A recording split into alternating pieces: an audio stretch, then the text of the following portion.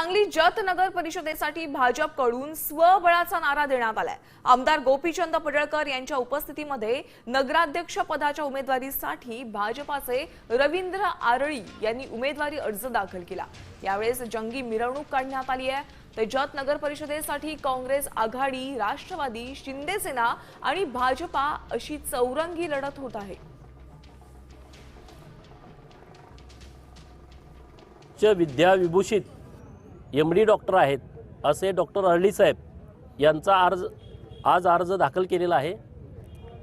23 उमेदवार, 11 प्रभाग टोटल आहेत, 10 वार्डामध्ये 2 आणि 11व्या प्रभागामध्ये 3 असे 23 उमेदवार, तेही भाजपच्या चिन्हावरती आम्ही दाखल केलेले आहेत। आणि मायबाप जनतेकडे आम्ही नम्र विनंती करतोय की फक्त आणि फक्त शहराच्या विकासाच्या मुद्द्यावरती लोकांनी आमच्या सोबत यावं।